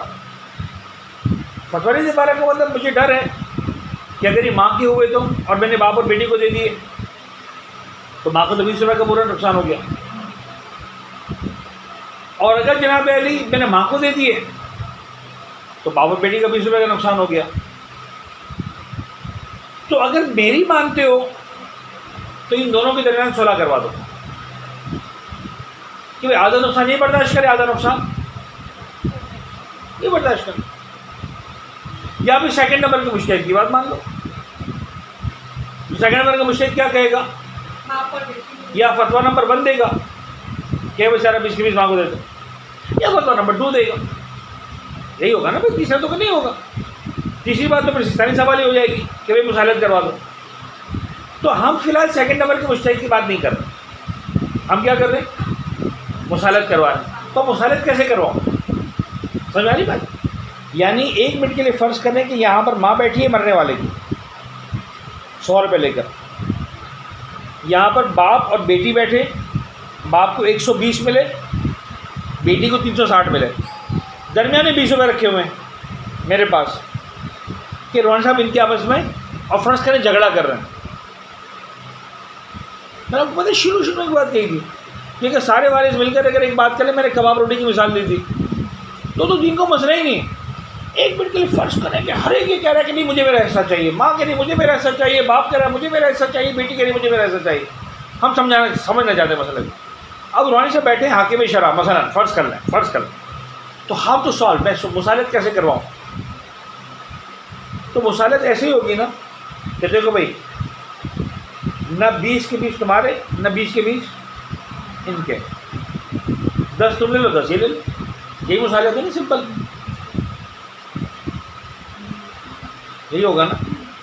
तो मैं क्या करूँगा मुसालत में, 10 इसको दे दूँगा, 10 यहाँ पे दे दूँगा, सिर्फ यहाँ दूँगा तो फिर वाली बात आएगी, 4 हिस्से करो, 2.5 बाप को दो, 7.5 बेटी को दो। ये सादा से मुसालत है। सर मुसालत में ऐसा क्यों नहीं हो रहा कि ये 20 रुपये उठा के हम वापस माँ को दे दें? मुसालत का मतलब ये होता है कि हमें नहीं पता, इनको दे दिया और इनका हुआ हिस्सा दो। मुसालत का मतलब ये होता है वी डोंट नो कि वो असल में इसका माल है जिनके पास जा रहा है या असल में इनका माल है जिनके पास जा रहा है। तो हम कहेंगे भाई तुम दोनों 50-50 बर्दाश्त करो, यानी खुदा ना खासा तुम्हारा 20 का 20 तुम्हारा था, तुम्हें कम से कम 10 तो मिला, और अगर 20 का 20 तुम्हारा था तो तुम्हें 10 तो मिला। तो एक्चुअली क्या होगा कि अल्टीमेटली 10 रुपये का नुकसान होगा, 100% का नुकसान 50% का नुकसान होगा। तो आप ज़रा गौर कीजिए कि अगर सारा का सारा माँ को मिलता तो 20 मिलते, कितना मिला माँ को? 10 मिला, 50% का नुकसान हुआ। अगर सारा का सारा यहाँ आता तो बेटी को कितने मिलते? 15 मिलते, कितने मिले? 7.5 मिले, कितना नुकसान हुआ? 50% का। अगर सारे का सारा इधर आता तो बाप को कितना मिलता? 5 मिलते, फिलहाल कितना मिला? 2.5 मिला, कितना नुकसान हुआ? 50% का। तो हमने गौर किया कि जब हमने इस 20 को मुसालत में डिवाइड किया तो सबका आधा आधा नुकसान हो गया। 20 वाले के 10 हो गए, 5 वाले के 2.5 हो गए, 15 वाले के 7.5 हो गए, तो 20 रुपये खुद को डिवाइड हो गए। यानी हमने बजाय 20 रुपये को 20 समझने के हमने क्या किया? 40 समझ लिया, 40 हिस्से कर लिए। 40 हिस्से करने के बाद 20 हिस्से इसको दे दिए तो वही 10 रुपये हो गए। यानी 40 के जब 20 रुपये के 40 हिस्से करेंगे तो कितने हो जाएंगे? 40 अठन्नियाँ हो जाएंगी। खैर चढ़े हुआ नहीं जाते, हमने सिर्फ 40 रुपये को सिंपल डिवाइड कर दिया, सॉरी 20 रुपये को सिंपल डिवाइड कर दिया कि भाई 20 है ना, तुम्हें 20 बोलने चाहिए नहीं, आधा तुम नुकसान बर्दाश्त करो, आधा ये बर्दाश्त करें, 10 इधर 10 इधर। 10 इनको दे दिए, इनका आधा नुकसान हो गया। 10 इनको जो बांटने के लिए 2.5 इनको दे दिए, 7.5 इनको दे दिए, इनका भी आधा नुकसान हुआ। 5 मिलने वाले थे, अगर पूरे 20 आए होते इनका भी आधा नुकसान हुआ। 15 मिलने वाले थे, सारे यहाँ पर आए होते। तो हर एक ने जो है वो 50% नुकसान बर्दाश्त किया। Is that okay? मेरे हिसाब से क्लास मुकम्मल हो गई। Any questions? अच्छा, मैं आपको बताऊं वाकई, यानी मैं ज़्यादातर से कह रहा हूँ कि आप लोग लकी हैं, ये नहीं समझ में आते लोगों को मसाइल, लेकिन आप यूँ भी लकी हैं कि आप गौर करें कि समझने में आपको टोटल कितना टाइम लगा। हमारी 4 दिन क्लासेस हुई 2-2 घंटे की, और किसी भी दिन 2 घंटे पूरी नहीं हुई। लखनऊ में 1.5 घंटा होती है हमारी क्लास, 45। तो अगर 1.5 घंटा लगाए, यानी 4 दिन तक 1.5 घंटे का मतलब 6 घंटे। अगर वाकई कोई मोमिन ज़िंदगी में दयानतदारी से 6 घंटे निकाले तो मीरास को बहुत आसानी से समझ सकता है, वसीयत सब कुछ। हमारा प्रॉब्लम ये है कि हम 6 घंटे गेम खेलने के लिए निकाल लेते हैं, चैट करने के लिए निकालते हैं, फेसबुक पर सर्फिंग करने के लिए निकालते हैं। बाकी कभी दयानतदारी से चेक कीजिएगा आप लोग। आपके मोबाइल्स पर अगर नहीं तो आप एप्लीकेशन डाउनलोड करें जो आपको पूरा हफ्ता बताती है कि आपने व्हाट्सएप पर कितना वक्त गुजारा, स्क्रीन टाइम्स को कहते हैं। आपने यूट्यूब पर कितना टाइम गुजारा, आपने फेसबुक पर कितना टाइम गुजारा। तो रोज़ाना की 24 घंटे, एक हफ्ते के कितने हो गए? रोज़ाना की 24 घंटे ना। मैच में सब फेले माशाल्लाह। 7 दिन के कितने हो गए? 1 मिनट के लिए फ़र्ज़ करें 25 है, तो कितने होते 7 दिन के? 25 और 25 और 25 और 25 100, 4 दिन के, मज़ीद 3 दिन के 75, 175 हो जाते ना। ऐसा ही अगर 25 घंटे होते तो एक हफ्ते के 175। अब रोज़ाना के घंटा कम करते हैं, यानी 7 घंटे कम करते हैं, तो 175 में 7 कम करते हैं, कितने बचेंगे? 168। ऐसे ही 168 घंटे हैं पूरे हफ्ते में। तो आप देखिएगा इस 168 घंटे में से आपने कितने घंटे व्हाट्सएप पर गुजारे, आपको ताज्जुब होगा। हम 6 घंटे की बात कर रहे हैं। मैं कसम खा के कहता हूँ कि शायद आप में से 90% लोग होंगे जिनका एक हफ्ते में 6 घंटे से ज़्यादा व्हाट्सएप पर गुजरता है, सिर्फ व्हाट्सएप पर। और अगर व्हाट्सएप, फेसबुक, ट्विटर, फर्स्ट कर लें टिकटॉक, यूट्यूब, ये सब मिला लें और पता नहीं क्या क्या गंद बला आ चुका है, तो ये डेफिनेटली 10-12 घंटे से ज़्यादा होगा 7 दिनों का। तो अगर आपने 6 घंटे दयानतदारी से निकाले होते तो एक हफ्ते में ही सीख लिया होता ये सारा, जिससे ज़्यादा वक्त हम गेम्स और सोशल मीडिया इस पर लगा देते हैं। तो क्वालिटी टाइम जो है ना, इसकी बड़ी वैल्यू होती है। एनीवेज, किसी के सामने कोई सवाल है? जो मीरास वाली बात हमने की अब तक, मीरास, वसीयत, कोई चीज़ आपको लगती है कि सर ये वाली बात वही क्लियर नहीं हुई है, या हम आज ऑफ करेंगे इन पर, आपको रिलैक्स टाइम देते हैं, आज जल्दी ख़त्म करते हैं? जी जनाब।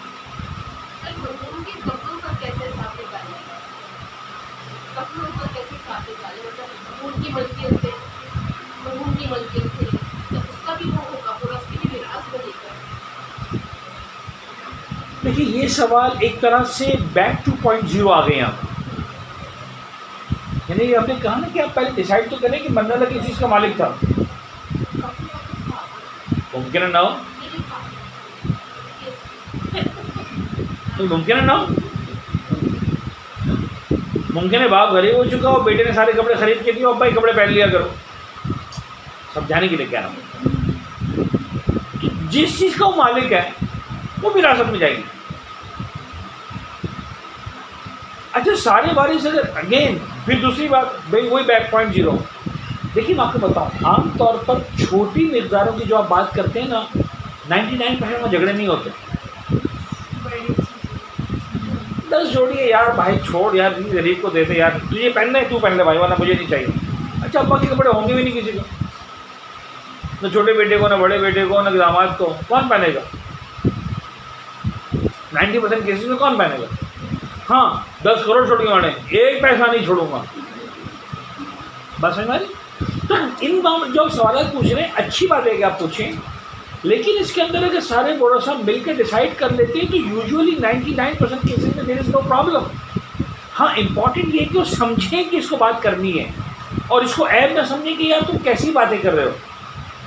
मसला ये है कि पहले दिन ये बात करके ख़त्म कर दो ताकि इसका बोझ बाकी ना रहे, वरना मैंने एक चम्मच और एक प्लेट और एक जग और एक ग्लास पर लड़ते हुए देखा है। अम्मा का डिनर सेट तुम लेके चली गई थी, अब्बा की सारी टाइयाँ तुमने ले ली थी, अब्बा के सारे सॉक्स तुमने ले लिए थे, अब्बा के सारे परफ्यूम तो तुम्हारे कब्जे में आ गए थे। उस वक्त बहुत छोटी बातें लग रही होती है, इसलिए कि गम होता है, शुरू की बात होती है। मैं ये नहीं कह रहा कि उसी दिन खुदा ना खास्ता जिस दिन इंतकाल हुआ, ना हफ्ता डेढ़ हफ्ता। अच्छा, आप रोज़ाना बातें आप कितना कुरान पढ़ेंगे? नहीं पढ़ते, मुझे मालूम है। एक दिन, 2 दिन, 4 दिन, 6 दिन कुरान पढ़ते हैं, फिर खुद ब खुद परवरदिगार का निज़ाम है। अंग्रेज़ी के जुमला time is the best healer, वक्त सबसे बड़ा मरहम है। तो यानी खुदा सबके वालिदैन को सलामत रखे। जैसे इन्होंने कहा कि मेरे वालिद का इंतकाल हो गया, आपने फरमाया कि मेरे वालिद का इंतकाल हो गया, तो जब आपका जनाजा उठा था उस वक्त जो कैफियत थी और आज फ़र्क है कि नहीं है? खुदा ना खासा 1 घंटा पहले आपने बाबा का जनाजा उठाया होता तो आप यहाँ बैठने के काबिल नहीं थे। 2 जमा 2 4 समझ में आने की बात नहीं थी, कलाला तो बहुत दूर की बात है, ऐसा ही। लेकिन आज एक नॉर्मल लाइफ गुजर रही, मेरे बाबा का इंतकाल हो गया, जाहिर सी बात है, मतलब मुझे समझ में नहीं आ रहा था कि क्या हो गया। जब माँ का इंतकाल हुआ, माँ का जनाजा उठाया, समझ में नहीं आ रहा था क्या हो गया। लेकिन आज वाली कैफियत नहीं। गौर करें तो निज़ाम कायनात ऐसा है कि उस वक्त अगर ये बातें हो जाती है तो क्या होता है, सबके दिल नर्म होते हैं, तो बहुत आसानी के साथ ये मामला तय हो जाते हैं। यार ये बहन को दे दो, यार ये भाई को दे दो, देखो नहीं चाहिए, अब्बा के कपड़े नहीं पहनने, यार ये खानसामा बड़ा ख्याल रखता था, इस खानसामा को दे दो। इस तरह की छोटी छोटी बातें बहुत आसानी से हो जाती हैं। अम्मा का जेवर है, अब क्या करें, तो वो छोटी बहन की शादी नहीं हुई, उसके लिए रख देते हैं सारा। तुम राज़ी हो, तुम राज़ी हो, हाँ राज़ी कर, नहीं हिस्सा दे दो। अच्छा क्या करते हैं फिर वहाँ पर, पता है वो वाली कहानियाँ भी नहीं होती। अच्छा ये 2 चूड़ियाँ तुम रख लो, ये नेकलेस तुम रख लो, ये इयरिंग में रख लेती हूँ, बस ठीक है जो भी हुआ राज़ी। इस तरह के मामलों में शुरू में हत्ता महंगी चीज़ों के अंदर भी झगड़े नहीं होते, रख रखाव में, इज्जत में, मोहब्बत में मामला सॉल्व हो जाते हैं।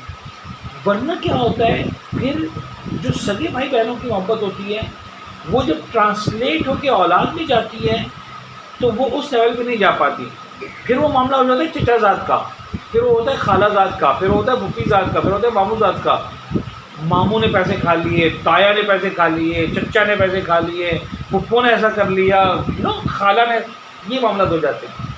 क्यों? इसलिए कि माँ बाप ने उस वक्त रवादारी दूसरे अंदाज से निभाई होती है कि नहीं हमें बात ही नहीं करनी। बाबा बात कर लो। हमारे गुजरते हुए कहा करते थे, बेटा याद रखना पैसों का बंटवारा होना चाहिए, इज्जतों का नहीं।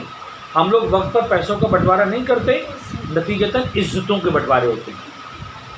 फिर ख़ानदानों में झगड़े होते हैं, मैं तुम्हारी शादी में नहीं आऊँगा, मैं तुम्हारे घर शादी में नहीं आऊँगा, मैं तुम्हारी मैयत में कदम नहीं रखूँगा, मैं तुम्हारी मैयत में कदम नहीं रखूँगा। क्यों? इसलिए कि हमने अपने आप को दीन से ज़्यादा समझदार समझ लिया। जब वक्त था बात करने का, हमने बात नहीं की। जब वक्त था डिस्कस करने का, तो हमने डिस्कस नहीं किया, और बाद में चीज़ें बढ़ती चली गई, पाइलअप होती चली गई, तो क्या होता है, मेरे ब्लास्ट बनता है। ठीक है, कोई सवाल ध्यान में नहीं इस वक्त, हम इसको ख़त्म करते हैं। वो सल्लल्लाहु अला मुहम्मद व आलिहि तय्यबीन ताहिरीन। इस दुआ के साथ कि इंशाअल्लाह खुदा ज़िंदगी दे, मैं आपकी दुआओं से इंशाअल्लाह हज पर जाऊँगा इस साल, तो वहाँ पर मैं इंशाअल्लाह आपके लिए दुआ करूँगा। लेकिन यौम अरफा दुआओं का दिन है, ख़ास तौर पर इतना अहम दिन, 1 मिनट के लिए बैठ जाएँ, इतना अहम दिन है यौम अरफा कि साल के 365 दिन में से 2 दिन रोज़ा रखना हराम है, राइट। बाकी हर दिन रोज़ा रखना मुस्तहब है, सिवाय आशूर वगैरह को निकाल दें। लेकिन शरीयत में एक दिन है जिसको कहते हैं दुआ डे, यौमुद दुआ, और वो है रोज़ा अरफा। रोज़ा अरफा 2 चीज़ें बड़ी इंपॉर्टेंट है, नंबर 1 रोज़ा रखना, नंबर 2 दुआएं करना। फिर दीन एक बात करता है, कहता है लेसन, अगर तुम्हें लगता है कि रोज़ा रखने की वजह से तुम्हारी दुआओं पे तवज्जो नहीं दे पाएगी, रोज़ा छोड़ दो। अच्छा, अब गर्मियाँ वाकई नहीं हो पाएगा। आप जितना भी कह लें कि साहब हम रोज़ा रख के भी वैसे ही नहीं हो सकता, सॉरी। हाँ, अब बहुत ताकतवर है, सर्दियों के दिन है, वाकई पता नहीं चलने लगा और बात है। लेकिन अगर रोज़े की ऐसी दुआओं पर असर पड़ रहा है, इस्लाम कहता है रोज़े को छोड़ दो। आज दुआओं को मत छोड़ना, यौम अरफा यौम दुआ। और इसका ताल्लुक मैदान अरफात से नहीं है, तो दुनिया में कहीं पर भी है। और हमारे यहाँ क्या हो रहा होता है उस दिन? मसाले तैयार हो रहे होते हैं, कल बकरे कटने वाले हैं, गाय कटने वाली है, जब गोश्त आने वाला है, और फ्रिज साफ़ करके रखो और ऐसा करके रखो, इन्हें याद ही नहीं होता किसी को। लिहाजा प्लीज़ यौम अरफात को ज़रूर मनाएं एज़ अ दुआ। बिशर और बशीर 2 भाई हैं, कदम अरफात के मैदान में मौजूद थे सरकार सैयद शुहदा के साथ। अरफात में एक पहाड़ी जिसका नाम है जबल रहमत, उसके दामन में मकाम आज भी मौजूद है जहाँ मौला के खेमा लगा करता था। लेकिन मौला में खेमे से बाहर तशरीफ़ लाए, असर का वक्त था तकरीबन, मौला में खेमे से बाहर तशरीफ़ लाए और एहराम की हालत होती है। मैं तसव्वुर कर सकता हूँ कि वो क्या कैफियत होगी। एहराम इमाम ने पहना हुआ होगा, 2 चादरें एक बदन पर डाली हुई है, एक से लुंग बांधा हुआ है, सर बरहना, वरना अइम्मा तारीख़ कभी सर बरहना नहीं होते थे। उस वक्त लोग उनको इमाम को सर बरहना देखते थे, यानी बाकायदा पूरा वजूद सामने होता था। कहते हुए आए और फिर इमाम ने अपने हाथ ऐसे उठाए, ये रावी दोनों कहते हैं कि जैसे भिखारी भीख मांगता है किसी से, मांगने वाला भीख मांगता है। कहते हैं इमाम ने इस तरह से दुआ किया उठाए और दुआ मांगना शुरू की, दुआ करना शुरू की, परवरदिगार से बातचीत करना शुरू की। हालत ये थी, इमाम की आंखों से आंसू बहकर ज़मीन तक पहुंच रहे थे। और ये वो दुआ है जिसको हम मशहूर है दुआ अरफा मौला हुसैन की। इसी दुआ के आखिर में वाला जुमला मिलता है, खुदाया जिसने तुझे पा लिया उसने खोया क्या, जिसने तुझे खो दिया उसने पाया क्या। अच्छा, अजीब है, खुदा गवाए कि हुसैन इब्न अली के साथ बैठे ना, तो पता चलता है कि खुदा के साथ अगर 1.5 घंटा बात करनी है तो कैसे करते हैं, वरना दुनिया में किसी की ताकत नहीं खुदा के साथ 1.5 घंटा बात करके दिखा। आपसे कहता दुआएं मांगो, कितनी देर लगती है? 2 मिनट, 3 मिनट, 4 मिनट बाद में कहते हैं भाई आगे बढ़ो, हो गया दुआएं जो मांगी थी मांगी, हमें तो बात करना ही नहीं आती खुदा से। तो ये दुआ अरफा, मैं ये लफ्ज़ इस्तेमाल नहीं करता हूँ इसलिए कि बाज़ औक़ात लोग गलत मीनिंग में ले जाते हैं, इसलिए समझाने के लिए कि वाकई ऐसा लगता है कि इतनी मुजज़ा है ये दुआ, इंसानी बशरी ताकत से बाहर की बातें, क्या इदराक है, क्या तवज्जो है, क्या मारिफत है, किस लेवल पर जाकर इमाम खुदा से बात करते हैं। माबूद मुझे वो तस्लीम दे, हत्ता ला हिब ताख़ीर मा अज्जल वला ताजील मा अख़र। माबूद मुझे वो सारी तस्लीम खम करने की तौफ़ीक़ दे, उस लेवल पर मैं सरेंडर करूं कि फिर मुझे ये भी पसंद ना आए कि जो कि देर से करने वाला है मैं उसको जल्दी चाहूँ, जो जल्दी करने वाला है उसको मैं देर से चाहूँ। इस जुमले में कभी गौर कीजिएगा, शादी का मसला, सेहत का मसला, दौलत का मसला, औलाद का मसला, मकान का मसला, कारोबार का मसला, कितनी चीज़ें। मौला मुझे वो तस्लीम दे कि मैं पसंद न करूं, ताजील मा अख़र, जिसको तू लेट कर रहा है उसको मैं जल्दी की बात ना करूं, जिसको तू जल्दी कर रहा है उसको मैं लेट की बात ना करूं, एज इट इज़ एक्सेप्ट करूं, एक्सेप्ट करूं। लिहाजा आप देखें कि करबला के मैदान में हर जुमला लिखा है रावियों ने, हर जुमला पढ़ा है ज़ाकिरों ने। शहज़ादा ने एक बार पर यह हालत हो गई कि हुसैन इब्न अली के कदमों में जान नहीं थी, ज़मीन पे गिर गए। अब्बास की जब आवाज़ आई अलान इनकसरा ज़ाहरी, कमर टूट गई, गिर गए। तो जैसे जैसे जनाजे उठते गए वैसे वैसे सर नहीं होना चाहिए था हुसैन इब्न अली। लेकिन जब 6 महीने के बच्चे का लाशा होता है, एक रिवायत नहीं, खुदा गवाह, एक रिवायत जो ये कहे कि हुसैन गिर गए, 7 मरतबा आगे बढ़े, 7 मरतबा पीछे हटे, कोहे गिरा। और जुमला क्या है? तस्लीमन ले अम्रे, ये वर्ड तस्लीम जो अरफा के अंदर है। माबूद तेरी कज़ा पर मैं राज़ी, तेरे अम्र पर सर तस्लीम खम। That's it. This is the beauty of अहलुल बैत। लुटे हुए काफिले को लेकर कूफे का बाज़ार, शाम का बाज़ार, कूफे का दरबार, जब अली की बेटी यजीद के दरबार में पहुंची, यजीद ने कहा देखो क्या हुआ ये। उस वक्त जनाब ज़ैनब का एक जुमला अजीब है, फरमाती है मा रअयना इल्ला जमीला, हमने जो देखा अच्छा देखा। हमारा घर लुट गया, ये वो सारे बैन अपनी जगह, मसाइब पढ़े हैं बीवियों ने, मैं मना नहीं करता, लेकिन यजीद के सामने मा रअयना इल्ला जमीला, जो देखा अच्छा देखा। He has did the best to us, ख़त्म हो गई बात।